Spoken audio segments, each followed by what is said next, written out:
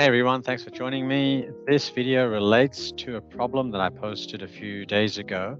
A number of people have responded, and I've come up with a proposed solution for my client who is worried about their lack of training videos since they're about to roll out a couple of new sites.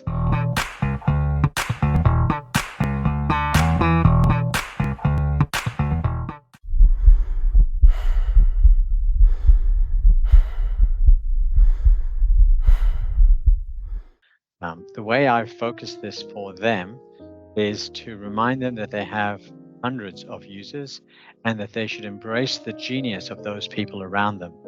So what I'm proposing is, why not get the users to make their own training videos, and we'll provide them with the tool.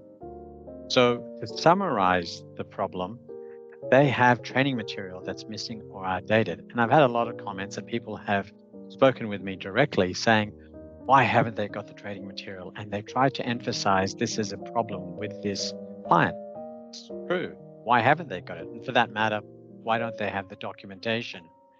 Now, I have the simple answer, which is they just don't. Whatever has happened in between when the project went live and now, it's unfortunately the case that that material is missing or it's outdated. And the documentation, as you know, after 6 months, a year, documentation quickly goes out of date. So that's the situation they're in. The next point is, everyone's told me, recommend them to use Task Recorder. It connects to LCS. They'll have a great time with it. But unless you've used Task Recorder before and you're prepared to train people and go through the issues that Task Recorders have, then you don't realize what it feels like to, never been, not have those skills to actually go in there and get started, and then to maintain the whole deck of task recordings. Similarly, people have said, well, if they use the Task Recorder, they can push it into DevOps for test cases. Again, this IT department doesn't have the budget or the time, and there isn't an available trainer, and the users, because they don't have the skills, they don't have the interest. So I really appreciate the comments and advice. And when I've spoken with the client, this is their response. And I think it's common across the world that there are companies out there who just don't have the resources to do things the way we would recommend. So again, they've said, and how can you help us? So I've had to figure it out, and I've come up with a proposed solution. I've come up with the idea of a tool that helps the IT manager to manage this project and empower the users to make their own training videos. So I proposed a screen recorder. And now I know that most people have the skills to make a recording. It's low cost, it's quick, and they can start in a few minutes. So we can shift the work from IT through to the actual users themselves. In fact, the power users. So it isn't your normal garden variety user. If there's someone who's doing that job and maybe running the department. So what I'm about to show you is a tool that I'm building. They're able to jump into the screen, log in using their D365 username and password. This is a Azure web app.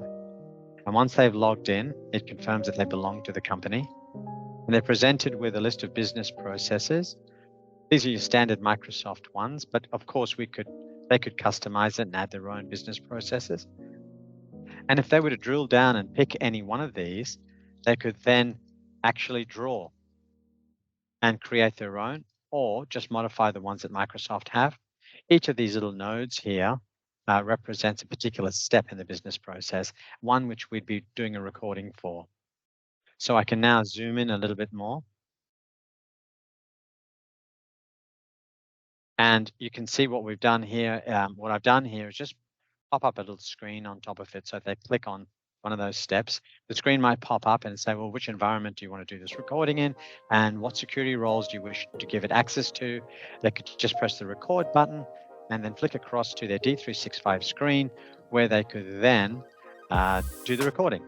And they could even talk and actually speak it through. So it's a proper video and audio recording.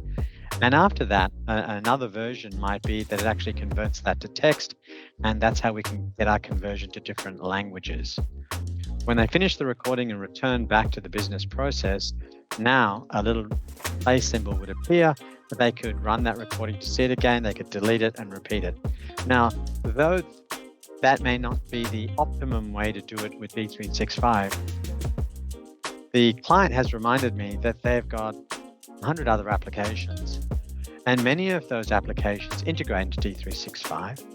And so if we were only talking about a process inside D365, maybe the task recorder is one of the best options.